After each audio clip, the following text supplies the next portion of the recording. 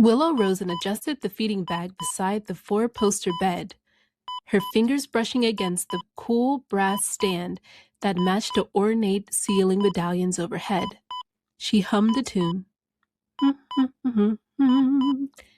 Sunlight filtered through stained glass, casting jewel-toned patterns across the patient's still face and the antique Persian rug beneath her sensible white shoes. "The roses are blooming in the garden today, Mr. Thorne," she whispered, tucking the silk duvet around his motionless form. "Yellow ones, just like the ones in your photo album." A quiet laugh escaped her as she filled the feeding bag with trained hands. "I truly believe someday you'll see them again, and on that day, the sun will shine just for you." The hairs on the back of her neck suddenly prickled. She turned towards the mahogany door, but there was no one there, only the long, empty corridor beyond, its shadows deepening as afternoon light retreated from the windows. Her smile faded as she returned to her task, shoulders tense beneath her crisp white uniform. This sensation had become familiar when tending to Mr. Thorne, that crawling awareness of being observed. She'd named it now, the eyes. Sometimes she imagined she could hear breathing, soft and within reach, or catch the faintest scent of sandalwood cologne that didn't belong to her bedridden patient. The Thorne estate sprawled like a sleeping beast, with its east and west wings stretching into gardens that had outlived generations. Countless rooms sat pristine but unused, preserved in amber for ghosts who never arrived.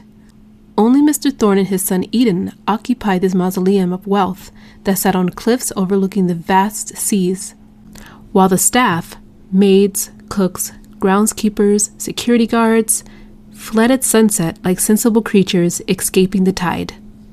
Whatever watched her wasn't them. Willow had begun to wonder if old houses, like old men, develop consciousness after decades of silent witness. She turned back to her patient and forced a smile, the corners of her mouth stiff as starch linen. "Just the old house settling," she whispered, though Mr. Thorne couldn't hear her. The lie was a balm she applied daily, to herself more than to him. When twilight bled through the stained glass, casting the room in bruised purple, she completed her final duties, adjusting his feeding tube, recording his vitals, smoothing his silver hair against the monogram pillowcase. Then she descended the grand staircase, each step creaking like arthritic joints beneath the plush runner. Her nursing shoes squeaked against marble as she approached the library, where without fail Eden Thorne would be waiting. Willow's knuckles hovered just before the carved mahogany door. Her weekly paycheck, more than a monthly salary at County General, flashed in her mind. She knocked, the sound swallowed by the vastness of the corridor. When Eden looked up from his desk, Willow gave him a gentle smile. "I'm done for the evening, sir. Your father is all taken care of and should be set till morning. Of course, if there's any problems, you can always call me." The library was a cavern of mahogany and leather, smelling of aged paper and faint metallic tang of the stormy weather brewing outside. Eden sat behind a massive desk of carved oak, the green glow of a banker's lamp casting long skeleton shadows across his sharp features. When he looked up, his eyes didn't just meet hers, they seemed to anchor her to the floor. He didn't blink for a long moment, watching the way the soft light caught her golden hair. To him, she looked like a saint descending into a tomb. "You're always so formal, Willow," Eden said, his voice a smooth, low baritone that seemed to vibrate in the quiet room. "I've told you. Sir is for the dying man upstairs. To me, you are just Willow." He stood up, his movements fluid and predatory, though he kept a polite distance. He walked towards her, his hands tucked casually into the pockets of his slack. "My father is lucky to have you. Most nurses treat him like a chore, a fading body to be turned and medicated. But you?" He paused, stopping just a foot away. He was close enough that Willow could smell his cologne, sandalwood and something sharper, You handle him as if he still matters. It's a rare kind of empathy. Where does a girl from the trailer courts learn to be so soft? The mention of her neighborhood sent a tiny prickle of unease down Willow's spine. She hadn't remembered telling him exactly where she grew up. It's just how I was raised, I suppose, Willow replied, her voice steady but her smile faltering just a fraction. I should get going. Mark is waiting for me to start dinner.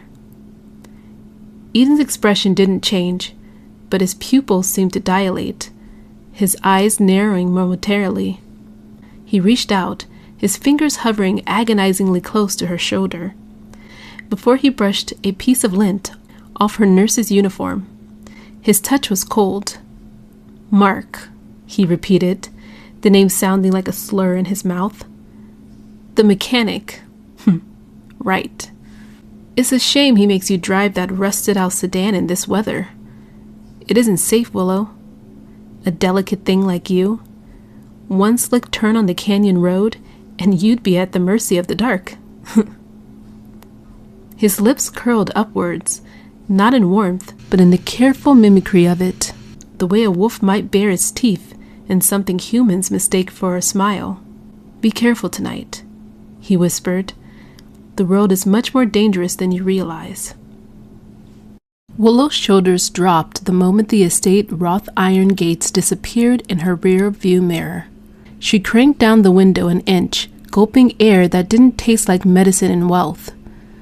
I love my job, but Mr. Eden can be so ominous sometimes, she thought. Droplets began speckling her windshield, first just one, then three, then dozens, forcing her to roll up her window and flick on the wipers that squeaked across the glass. Her headlights caught the gleam of wet pavement twisting ahead, the road's surface turning slick and black as the tires hissed beneath her. He is right about one thing. These cliffs are scary, especially in the rain. As Willow navigated the sharp turns, she glanced at her rearview mirror. A pair of headlights sat a consistent, disciplined distance behind her. When she sped up, they sped up. When she slowed for a hairpin turn, they decelerated in perfect synchronicity. They weren't high beams. They were low, predatory glows that felt like eyes boring into the back of her skull. Her heart hammered against her ribs.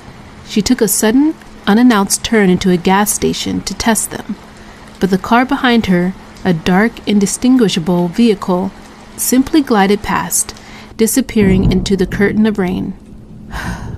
Just nerves, she whispered to herself, gripping the steering wheel until her knuckles turned white. Eden just got into my head.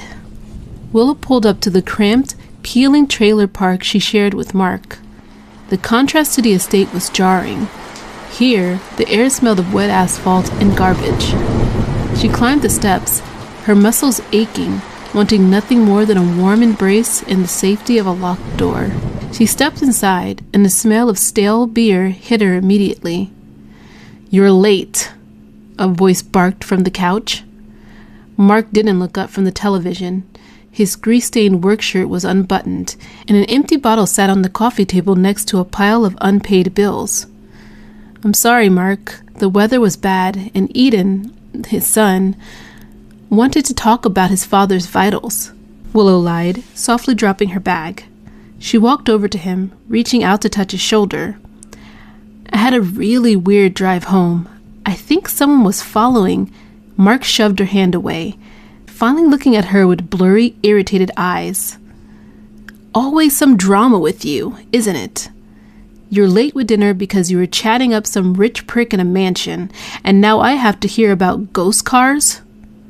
He stood up, towering over her, his shadow far less elegant than Eden's, but twice as loud. "I'm hungry, Willow. Stop acting like a princess and get in the kitchen. You think because you work in a big house all day, you're too good for this place?" Willow flinched, her eyes stinging. She retreated towards the kitchen, the safety of her home feeling just as suffocating as the dark road she'd left behind. Across the street, a black Mercedes idled in the alleyway's throat, its engine a whisper beneath the hiss of rain. Eden reclined in buttery leather, the dashboard's amber glow catching the hollows of his cheekbones. Through Willow's grimy window, television light pulsed, blue, then white, then blue again, painting her silhouette as she moved like a paper cutout in a shadow play. The directional microphone on his dashboard captured everything. Mark's voice splintering the quiet, the dull thud of his fist against a table, Willow's half-swallowed sob that made Eden's pupil dilate with something between hunger and rage. He saw the silhouette of the man he considered a genetic error looming over his miracle. Eden's grip on the steering wheel tightened, a slow, dark smile spreading across his face. He wasn't jealous. He was offended. He was watching a masterpiece being handled by a vandal. "Don't worry, Willow," Eden whispered into the cool, climate-controlled silence of his car. "I'm going to take you away from all of this. He's making it so very easy to justify what happens next." Willow's hands trembled slightly as she stirred the pot of beef stew, Mark's favorite, the steam rising to fog her vision as much as her unshed tears did. The bruise on her wrist throbbed in time with her pulse. At the table, Mark shoveled a spoonful into his mouth, grunting with minimal approval. "How was work?" she ventured, her voice small in the cramped kitchen. He launched into a 20-minute tirade about incompetent coworkers and ungrateful customers, bits of his food spraying from his mouth. When he finally paused for a breath, she opened her mouth to mention her day, but his eyes narrowed dangerously. What could possibly be so hard about wiping some rich guy's ass? He sneered, and she swallowed her words with her lukewarm stew. Later that night, Willow sat at the vanity Mark had rescued from someone's trash. Its mirror webbed with a crack that split her reflection in two. She worked the brush through her hair with mechanical strokes, pausing only when she heard the clink of another bottle being opened in the living room. She remembered the weight of Eden's gaze that afternoon, how it had made her feel both seen and hunted. Willow remembered the night she'd spent huddled in closets, counting her father's footsteps as they scurried across floorboards, praying he'd pass out before finding her. Her mother's vacant eyes as the needle slipped from blue-veined fingers. The Christmas she was 9, Willow had wrapped her own present, a half-empty bottle of her mother's perfume, and placed it under their barren tree, pretending it came from her mother, who'd been dead 3 months by then. She still remembered the smell of cheap pine and vomit, how her father had slurred, "Who's this from?" before hauling it against the wall. By 16, she'd lived in 7 different homes, sleeping on pull-out couches where uncle's friends accidentally wandered in at night. She signed her emancipation papers that year. She had nothing but a garbage bag of clothes and a high school ID.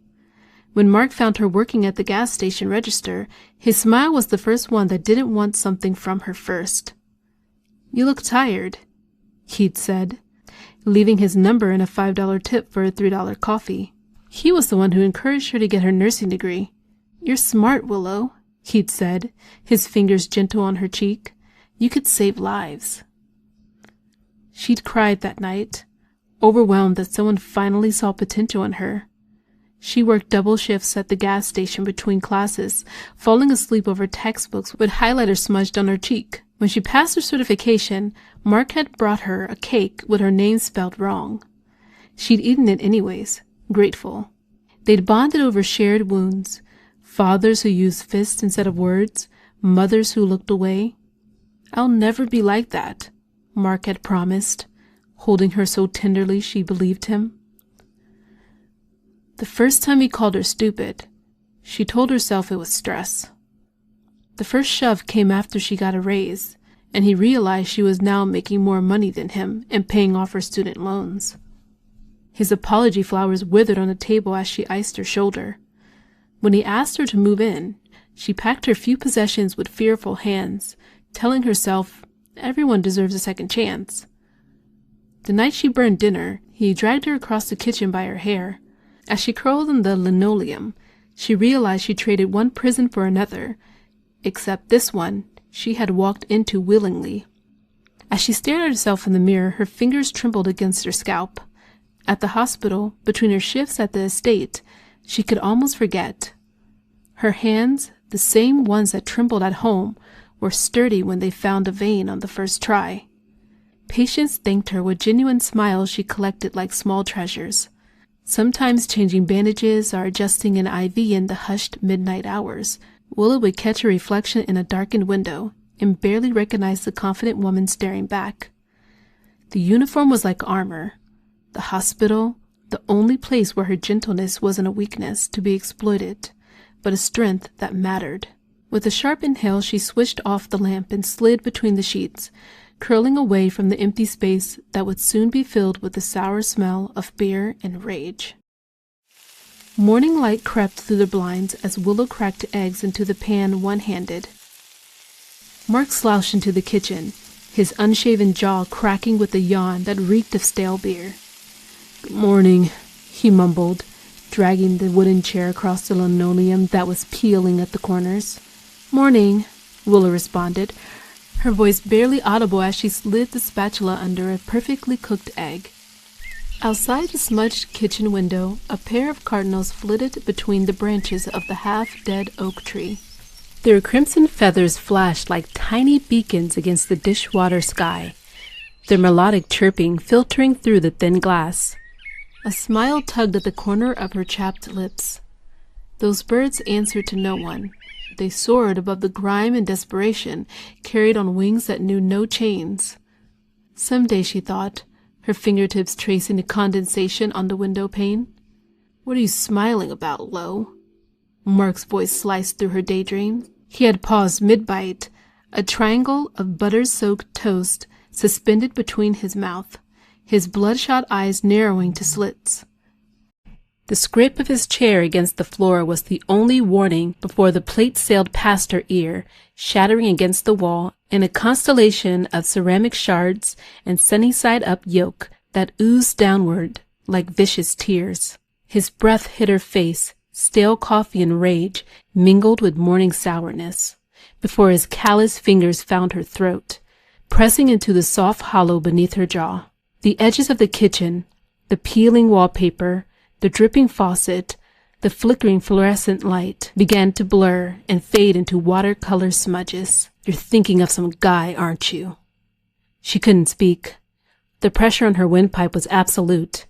Black spots danced before her eyes like fireflies as her lungs screamed for oxygen. Willow's hands clawed instinctively at Mark's thick, grease-stained fingers, her chipped pink nail polish a stark contrast against his weathered skin. Her vision tunneled into a blur of gray and black, the world shrinking to just his face, contorted, flushed, a roadmap of broken capillaries across his cheeks. He looked at her not with love, but with a terrifying, mindless ownership, as if she were a tool that had malfunctioned and deserved to be discarded. "You think you're better than me." His spittle landed warm on her cheek. "Look at you. Remember where you are, who you are." He shoved her back.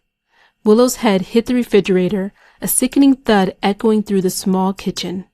She slumped to the floor, gasping for air, her small hands quivering as they flew to her neck. Mark grabbed his jacket and slammed the door so hard that the framed pictures on the wall rattled. She sat there for a long time, watching the yellow yolk of the ruined eggs slide down the wall like a slow, weeping wound.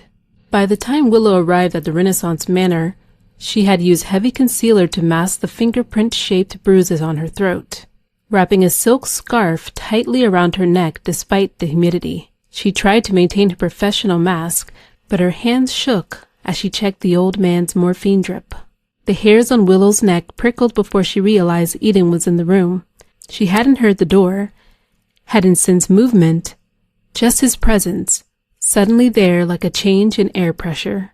20 minutes late, Willow," he said, his voice soft as velvet over steel. The vial of morphine slipped in her fingers. She caught it against her palm, heart hammering in her throat where the bruises hid. He stood framed by the window, morning light catching his platinum watch and the predatory stillness in his posture. And you look pale.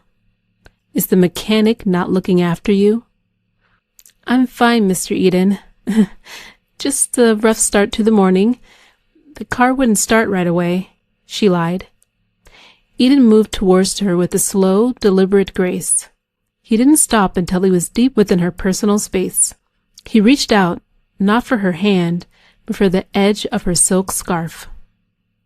It's a beautiful scarf, he murmured, his thumb grazing the fabric just below her ear. But it's a bit warm for it today, don't you think? I like the color, she stammered, stepping back. Eden's eyes darkened. He didn't let go of the scarf. It's a beautiful color. May I see? In one swift motion, he hooked his finger under the silk and pulled it down. The stark, purple-red marks on her pale skin were revealed, screaming against the elegance of the room. Her hands flew up to her neck, as if that could erase what had been seen. Eden's aura changed. The air in the room felt like it dropped 20 degrees. He didn't look shocked. He looked furious. But it was a cold, calculated fury. He reached out, his cool fingers tracing the exact line of Mark's grip. He touched you like this? Eden's voice was a low, vibrating growl. He put his filthy, calloused hands on a work of art and tried to break it. Willow began to cry, the dam finally breaking. It was just an argument. Shh, Eden whispered, pulling her into a rigid, protective embrace. He pressed his face into her hair, inhaling deeply. He's a beast, Willow. And beasts don't belong in houses with angels. They belong in the dirt. Over her shoulder, Eden's eyes were fixed on a point in the distance, his mind already spinning a web. He wasn't just comforting her. He was claiming her. You won't have to go back there tonight, he murmured into her ear. I've already decided. You're staying here. For your safety. Willow's breath hitched as his fingers lingered on her bruised skin. The intimacy of his touch combined with the raw coldness in his voice sent a different kind of shiver through her, one that felt like a warning she couldn't decipher. No, she gasped, stepping back out of his embrace, her hands frantically pulling the silk scarf back into place. Her heart beat wildly against her chest. No, Mr. Eden, please, you shouldn't. I shouldn't have let you see that. She fumbled with the knot of her scarf, her face flushing a deep, humiliated crimson. To her, this was a failure of character. She had been taught that a woman's domestic troubles were hers to bear in silence, and exposing them to her employer, to a man like Mr. Eden, felt like a betrayal of her own dignity. I have to go home, she said, her voice wavering but insistent.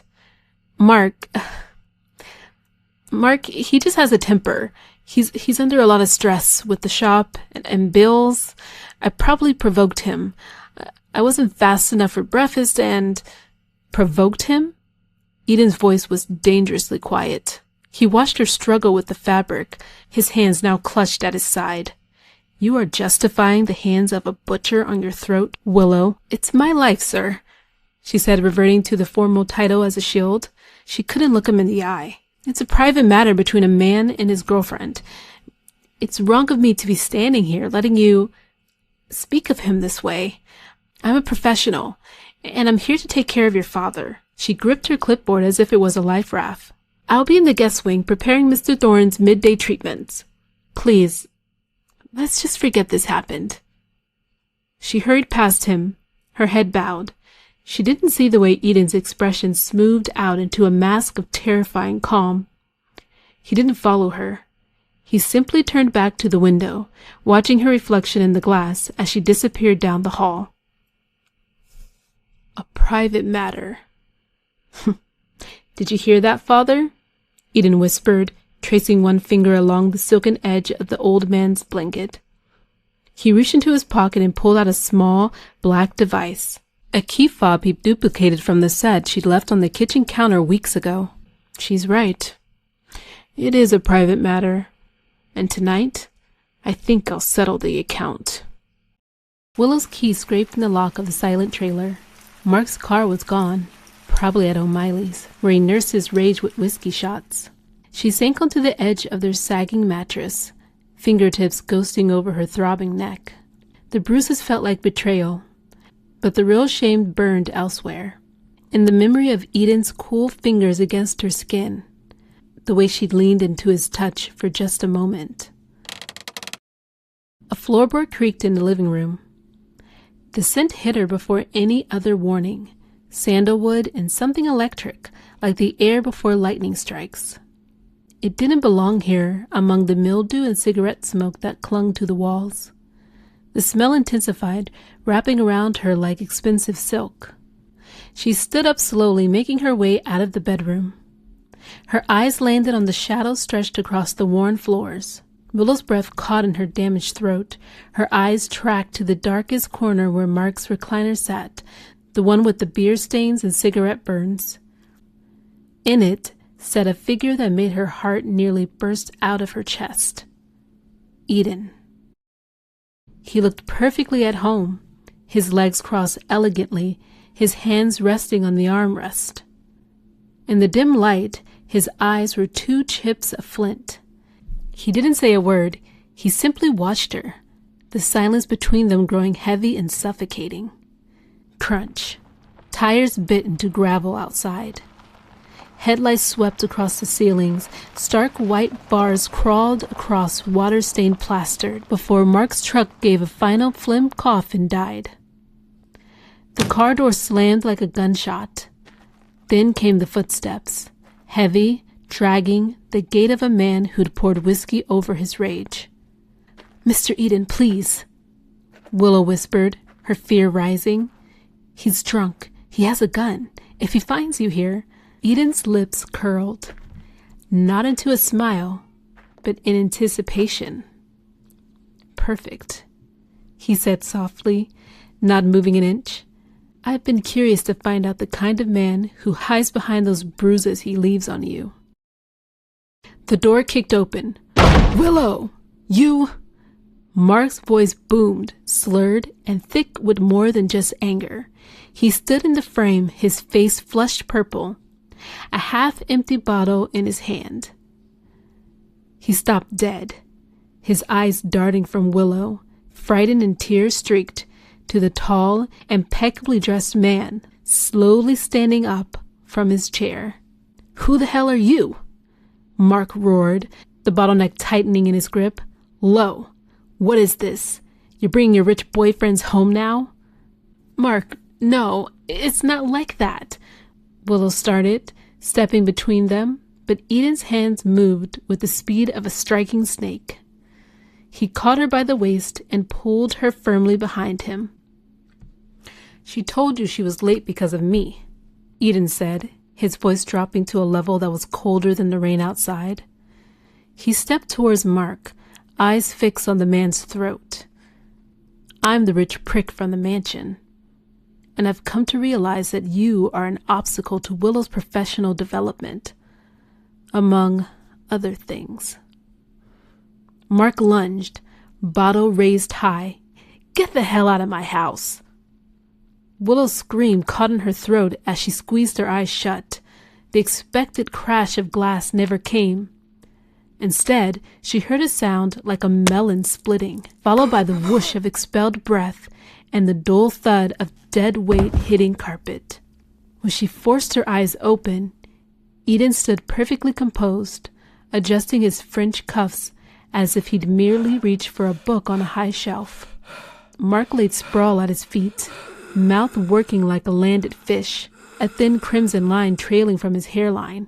Eden's polished shoe nudged Mark's shoulder, turning him slightly as one might inspect roadkill. His lip curled. "You're going to leave now, Mark," Eden said softly, reaching into his coat pocket and pulling out a heavy, leather-bound folder. He tossed it onto Mark's chest. "Inside is a deed to the garage you work at. I bought it this afternoon, along with your debt.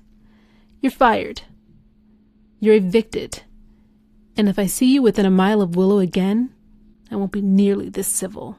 He turned to look at Willow, his expression melting into a terrifyingly sweet smile. Pack your things, Willow. Your new quarters at the estate are already prepared. Willow's world crumbled and vanished before she could even blink. The violence of Mark's lunges and the clinical absolute efficiency of Eden's retaliation had stripped her of her ability to think.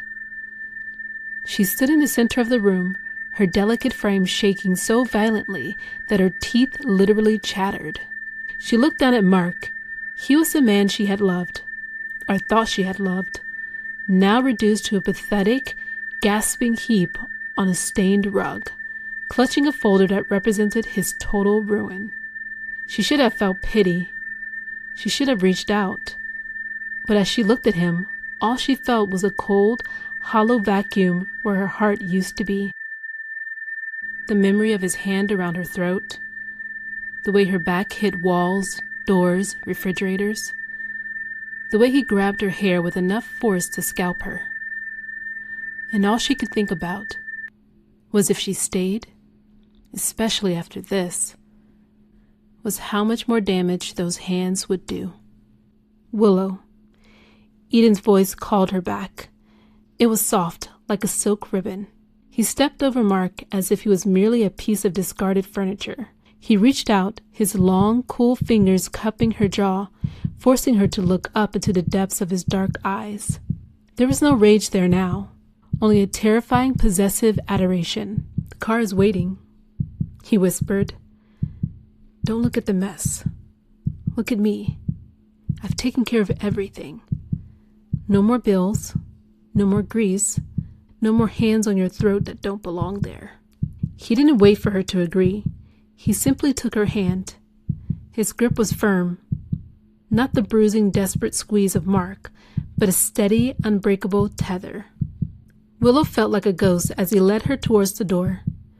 She didn't grab her favorite book. She didn't grab her toothbrush. She left her life behind in that cramped trailer, stepping over the threshold and onto the wet pavement.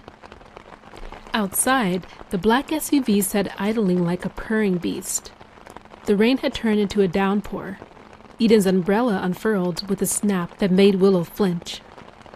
He held it at a precise angle, creating a perfect circle of dry air around her, while raindrops pelted his own shoulders. His free hand pressed against the small of her back, neither pushing nor pulling, simply there, inescapable as gravity. The leather seats absorbed her like quicksand.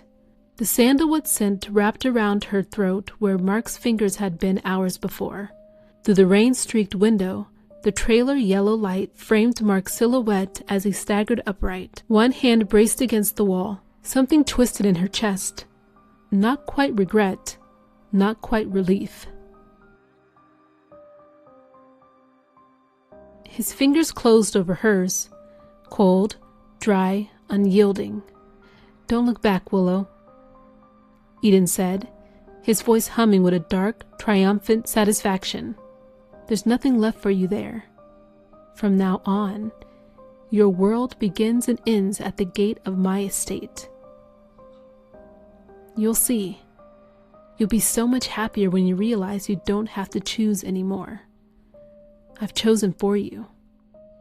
The words washed over her, their meaning slipping beneath the surface of her shock like stones into dark water.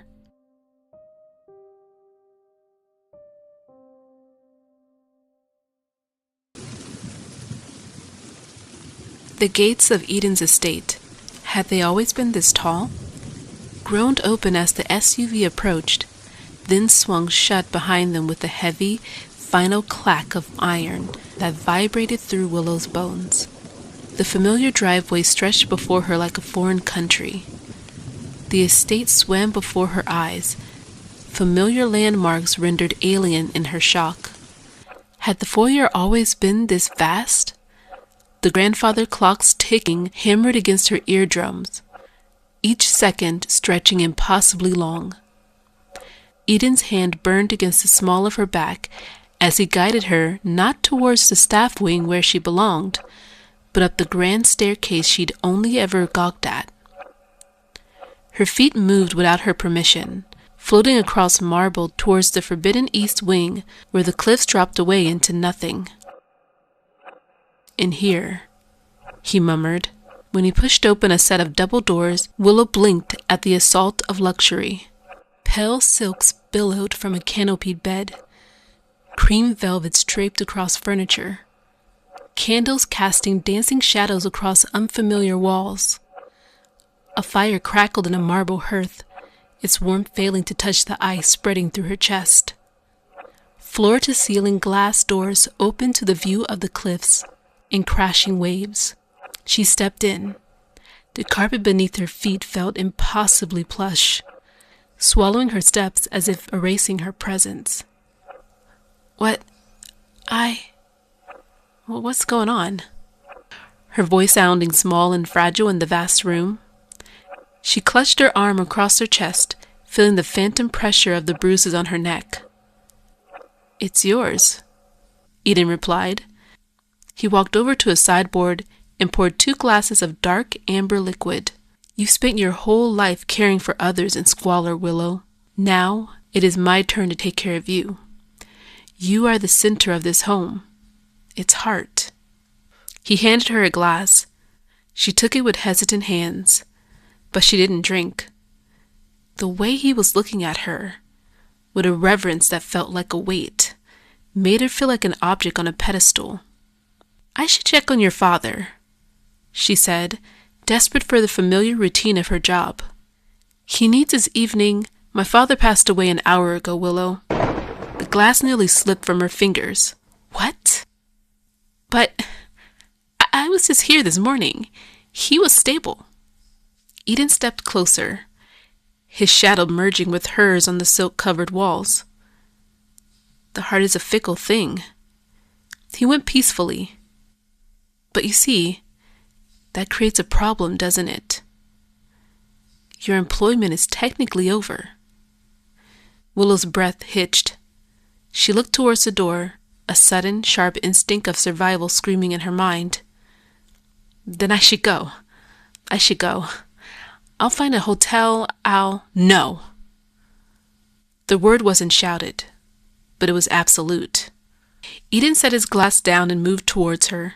Willow's breath caught as his fingers found their way into her hair, moving the strands in front of her shoulders with deliberate slowness that made her scalp tingle.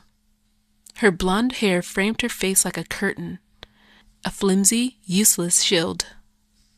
When his fingers combed through the strands, each point of contact burned like ice against her skin, marking territory she hadn't agreed to surrender. "You're waking up from your shock, but you don't understand, Willow. I didn't bring you here to be a nurse. I brought you here to be mine. I've watched you for months. I've seen the way you breathe when you think no one is looking. Deep exhales of exhaustion. I've seen the kindness you wasted on a dying man and a pathetic drunk." He leaned in, his lips brushing against her ear, sending a cold shiver down her spine. "You aren't leaving this house. Not tomorrow. Not next month. I've wiped away your past. Mark is gone. My father is gone. There's only me, this room, and the life I am going to build for you.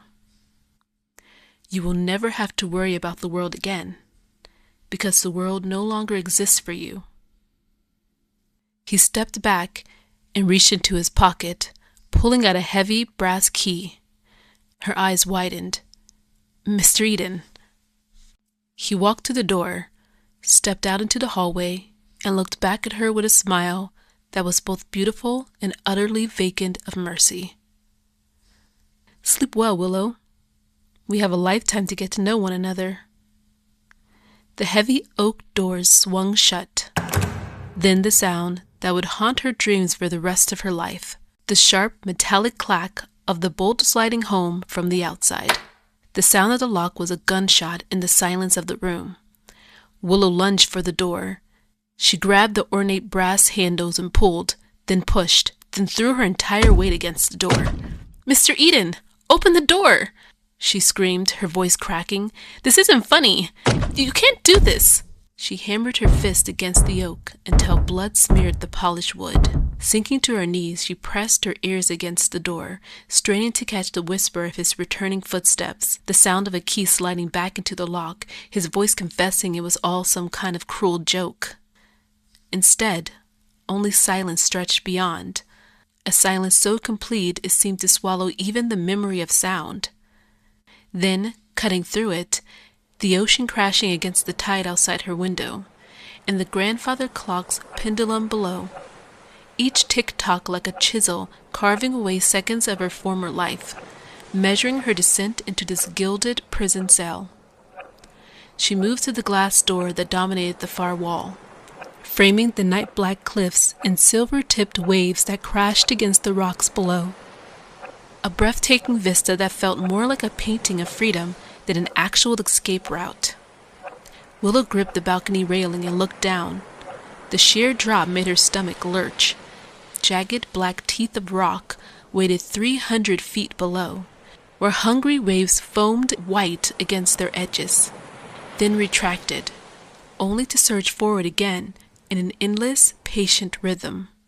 She stepped backwards into the room, her head spinning from not just the vertigo of the cliff drop, but from the sudden, suffocating reality closing in around her. The silk wallpaper seemed to pulse with a racing heartbeat.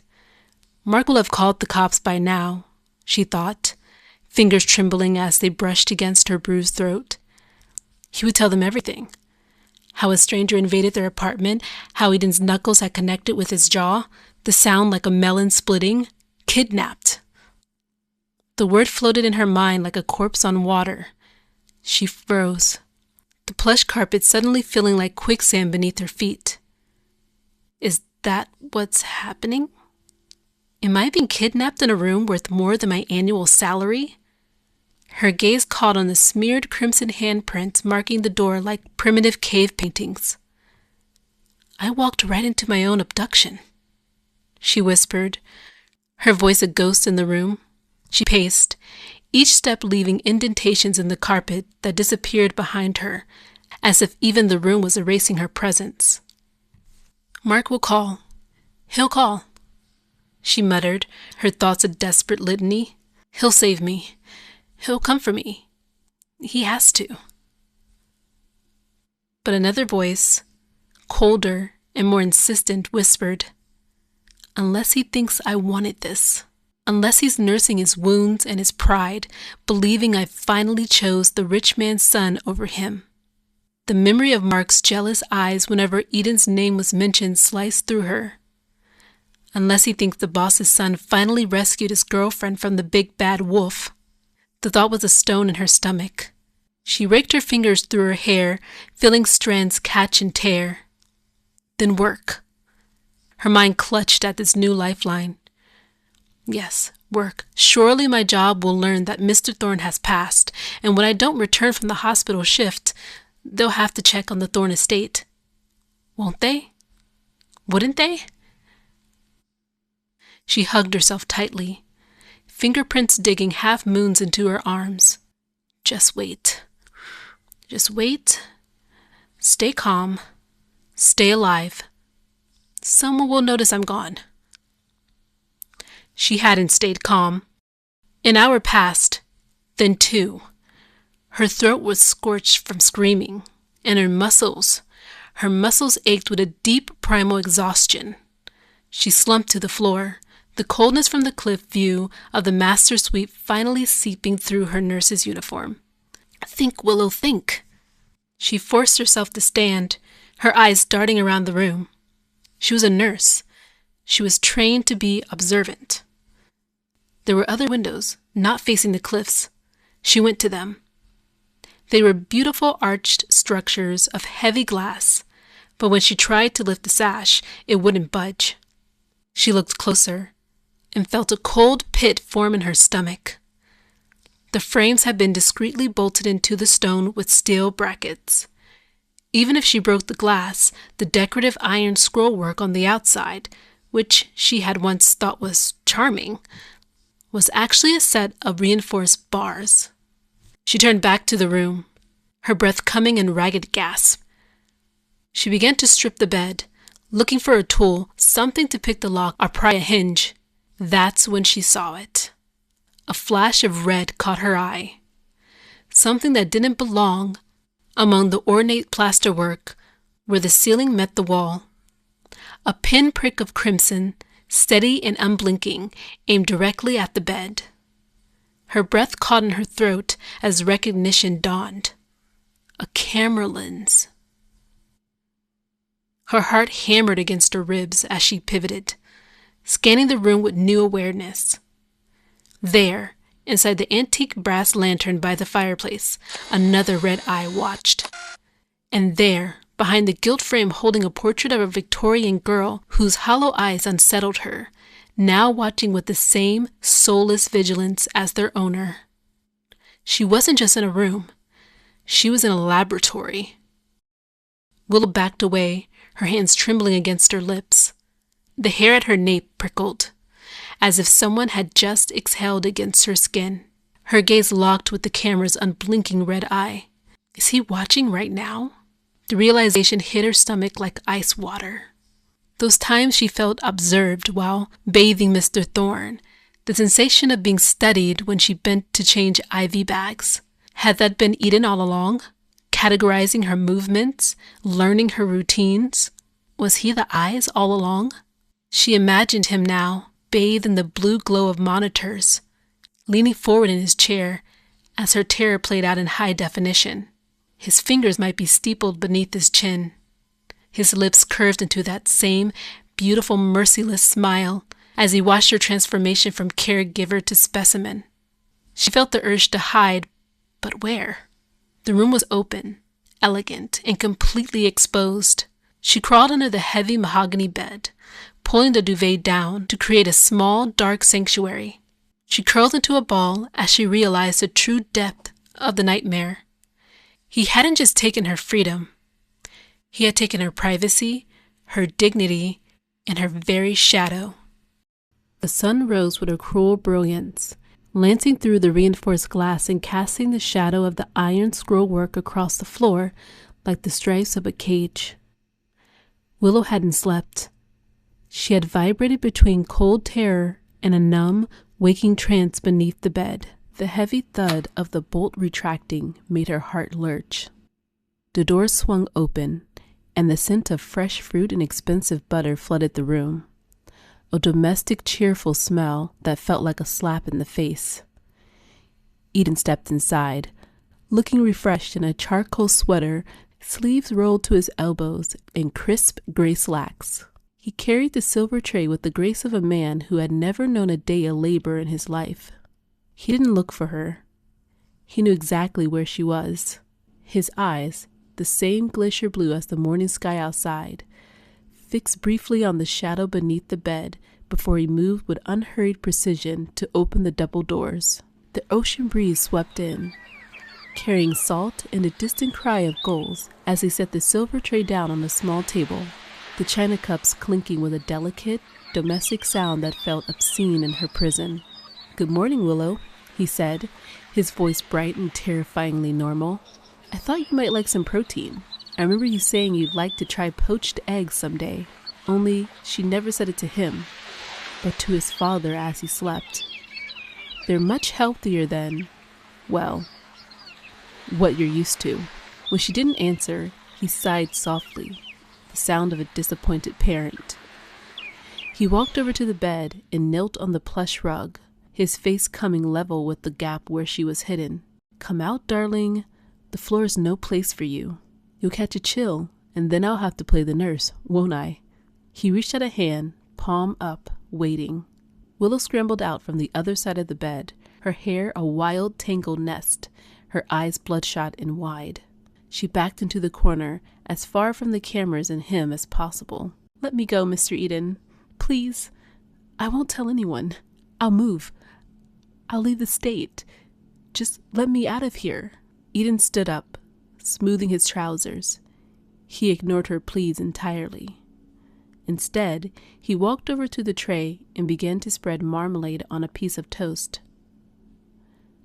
"I watched you last night," he said casually. You have a very expressive way of moving when you're distressed. It's quite beautiful, in a tragic sort of way. But you shouldn't have hit the door so hard. You've bruised and bled your knuckles.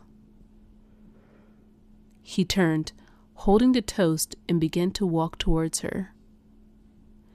You think of this as a prison because you're still looking back at that gutter you lived in.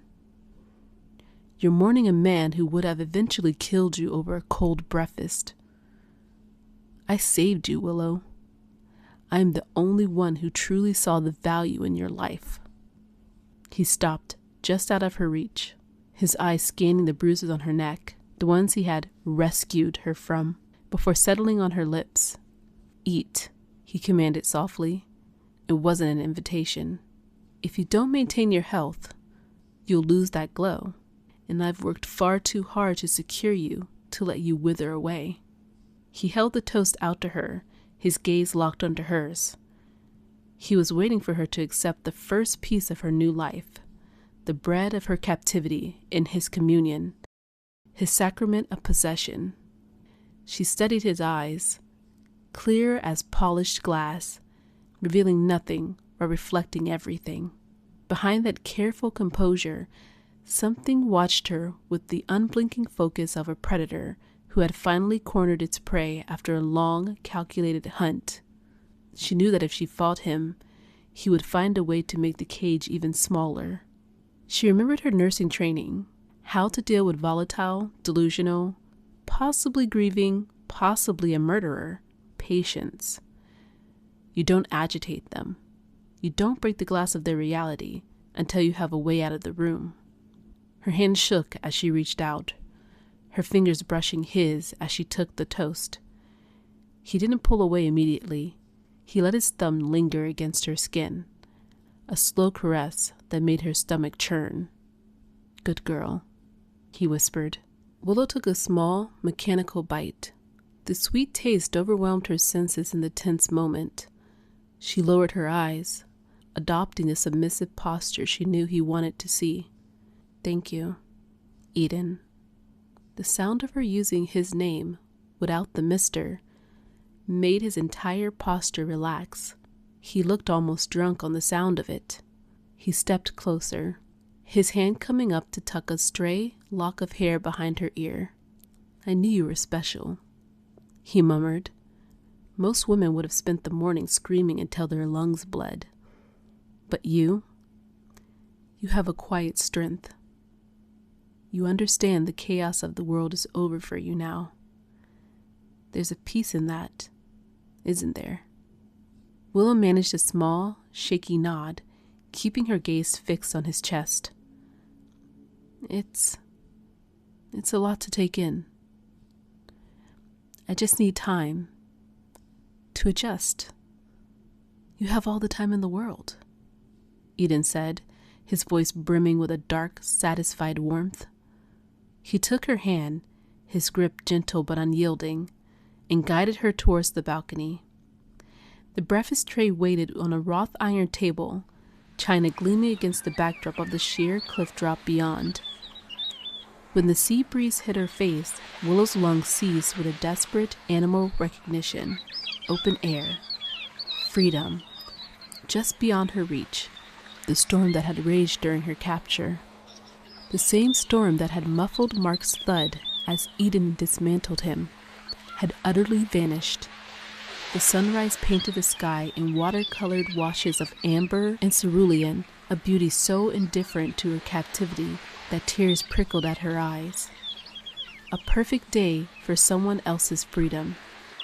Eden pulled out her chair with the flourish of a maître d', his fingers lingering at her shoulder as she sat. She watched, frozen, as he lifted the teapot and poured with practiced precision, then added exactly 2 drops of honey from a crystal dipper, the way she'd mentioned once, offhandedly, during a morning shift, not to him, but to his comatose father, while adjusting IV lines, thinking herself alone.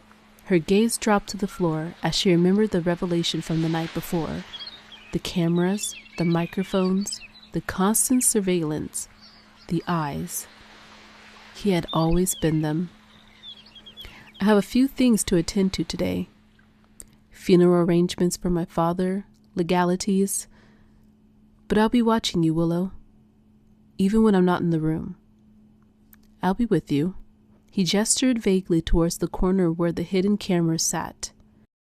If you need anything, just look into the lens and ask. I've installed speakers throughout the suite. I'll hear your every breath. He walked towards the door, paused and looked back.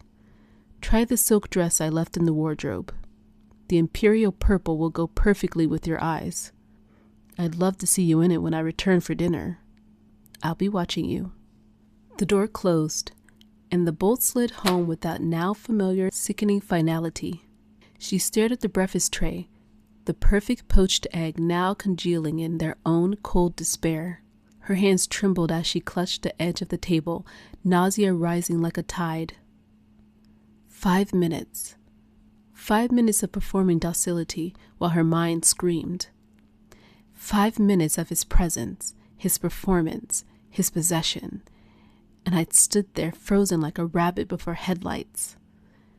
My nursing training taught me to observe, obsess, intervene. Yet here I am, still struggling to breathe properly while opportunities slip away. How many days would pass in this elegant prison? How many mornings would I wake up to his voice, his touch, his suffocating gaze stripping away another layer of my will?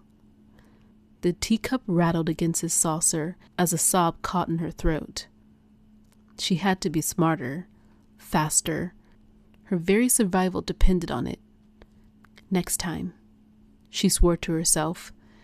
Next time I'll find the words to reach whatever humanity might still exist beneath his madness. She didn't eat. How could she? It was all too perfect to consume. Willow's stomach twisted with hunger, but each bite would feel like surrender. She rose from the wrought iron chair, the legs scraping against the stone, and returned to the bedroom. Her eyes deliberately avoided the corners where she knew cameras lurked. She blinked back the heat behind her eyelids, refusing to give him the satisfaction of her tears. Instead, she moved with the methodical precision she'd used during night shifts at the ICU, checking each element of the room as if it were medical equipment, categorizing its potential. A performance for the watching eyes, each movement calculated to suggest curiosity rather than revulsion, interest rather than terror. The first scene in her desperate one-woman play, the willing captive considers her options. She wasn't looking for a way to pick the lock anymore. She'd already explored that dead end. No, her prison wasn't the room. It was him. And that meant her key wasn't metal. It was psychological. Willow stood before the massive hand-carved wardrobe, her fingers trembling as they brushed the cool silk of the purple dress. It was beautiful, a piece of art, but to her, it felt like a shroud. She felt the weight of the lenses in the corner of the room. The thought of undressing, of exposing the soft skin of her stomach and thighs to those cold glass eyes made her feel physically ill. Beyond the modesty, there was the tactical fear. She had a dark, mottled bruise on her hip where Mark had shoved her into the table 4 nights ago, and another on her ribcage. She didn't want Eden to see them. She didn't want him to have more reasons to protect her, or worse, more reasons to feel a twisted sense of pity that fueled his ownership. She glanced at the bathroom door, then shook her head. No. If he'd installed cameras in the bedroom, he'd certainly hidden them in the shower tiles, behind the mirror, maybe even in the drain. Nowhere was safe from the eyes. She turned towards the camera in the molding above the bed. She didn't know if he was actually there, or if he was miles away at a funeral, but she spoke anyways, her voice clear despite the tremor. Eden? I know you can hear me. She paused, swallowing hard. I want to wear the dress. For you. But I can't do it like this. I'm a person, not an animal in a zoo. If you want me to be the woman you think I am, you have to give me this much. Please, Turn them off while I change. I can't. I can't let you see me like this. Silence filled the room, thick and mocking.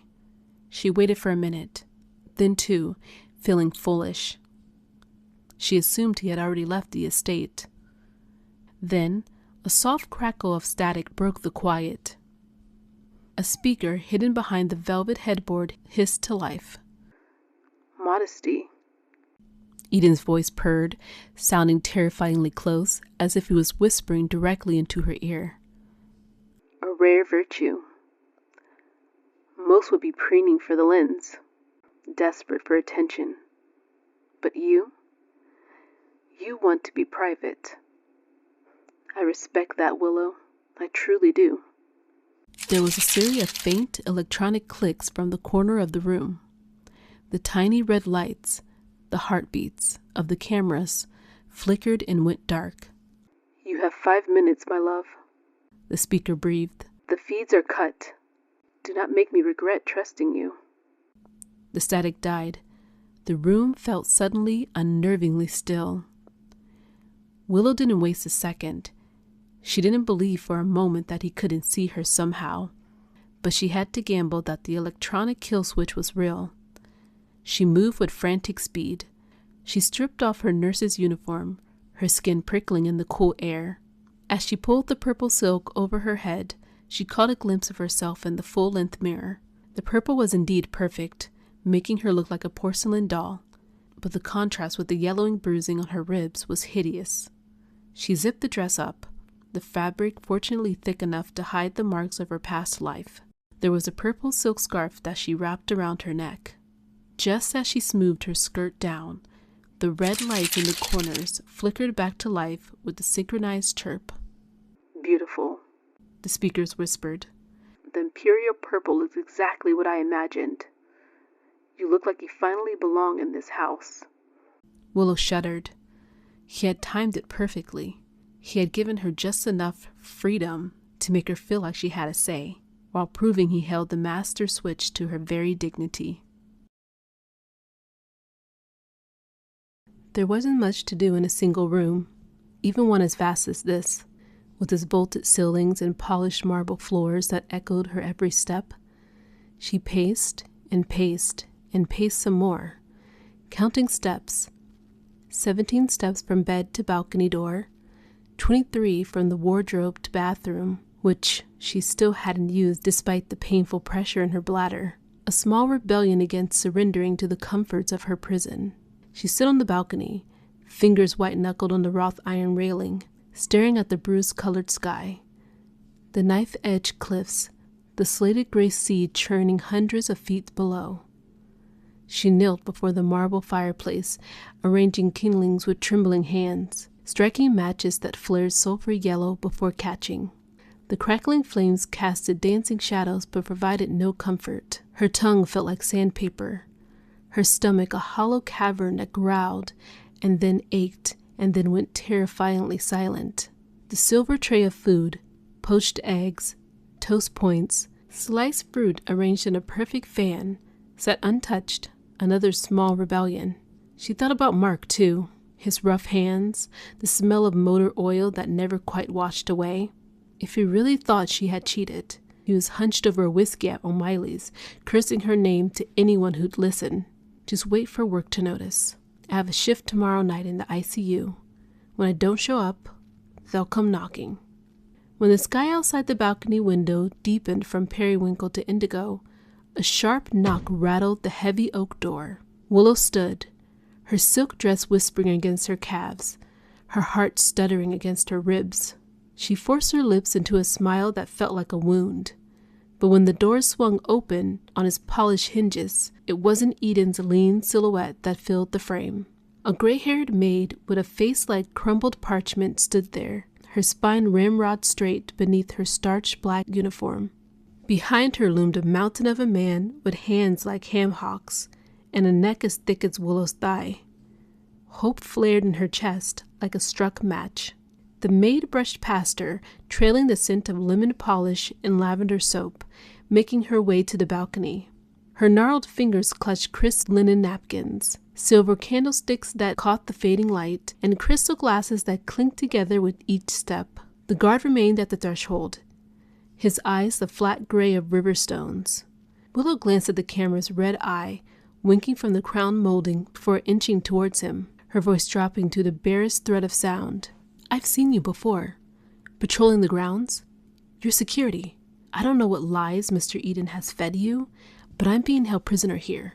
Please, if you could just step aside, I could find my own way out. I won't cause any trouble." She searched his face for any flicker of humanity, a twitch of compassion, a moment of doubt, but found only the blank canvas of practiced indifference.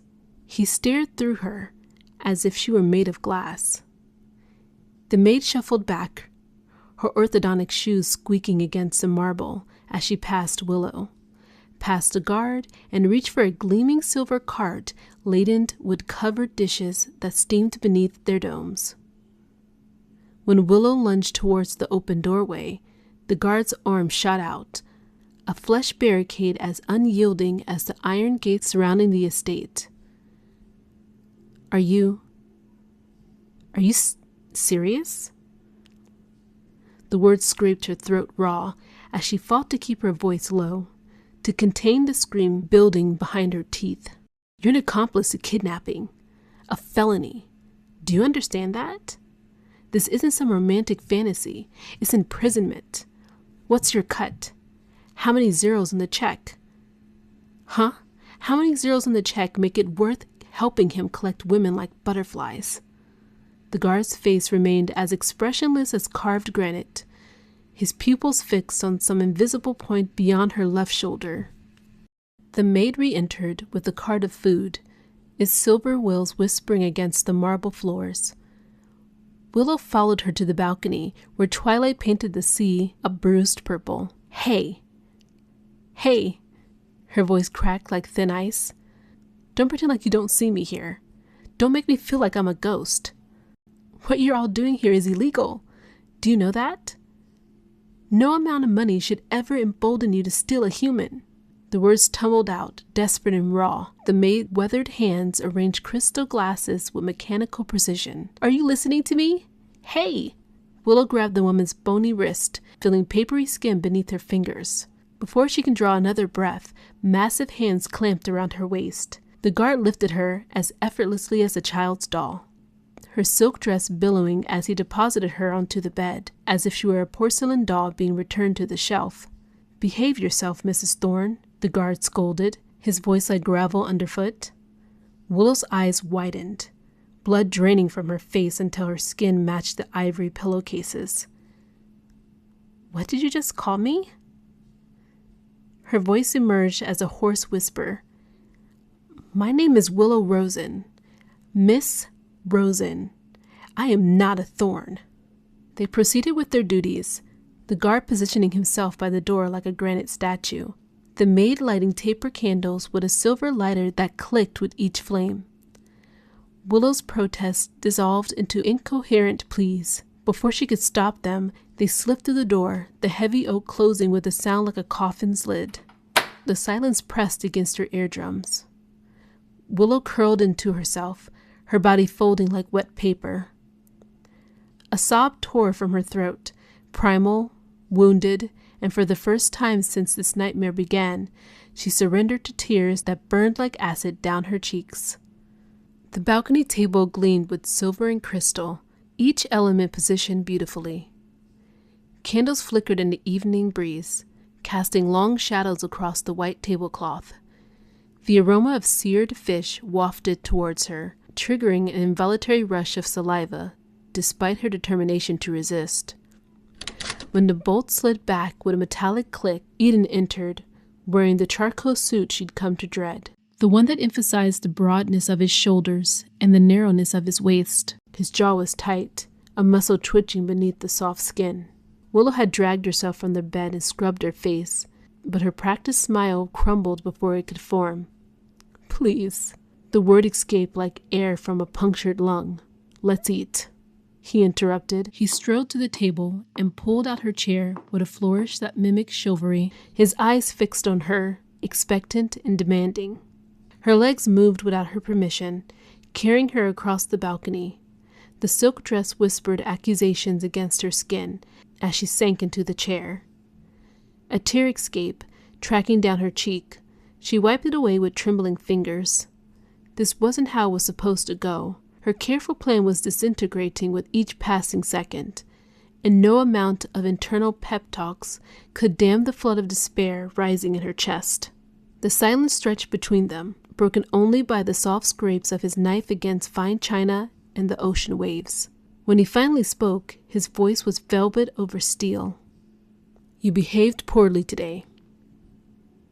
His gaze never wavered from her face, even as he sliced through the steak. Willow stared at the perfectly grilled fish on her plate, garnished with herbs and lemon. Of course he would know her preference. Of course he would use even this small detail to demonstrate his control. "You may not understand, Willow, but I am what you need in your life." She met his eyes across the candlelit table. "They called me Mrs. Thorne." Eden's lips curled into a slow, satisfied smile, the kind that didn't reach his glacier blue eyes. He said nothing, just returned to slicing his blood-rare steak.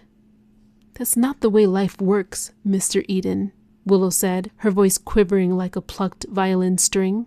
"This is not how you court a woman. I'm allowed to have freedom, to live the life I choose." He set down his knife with a soft clink. "And what would you do with your life if I let you go right now? Where would you go?" Her mind raced, searching for solid ground. Family. Family? His voice was honey iron. "Your family? Your father, the abusive alcoholic who mirrors your ex-boyfriend? Your mother is buried 6 feet under. Uncles?"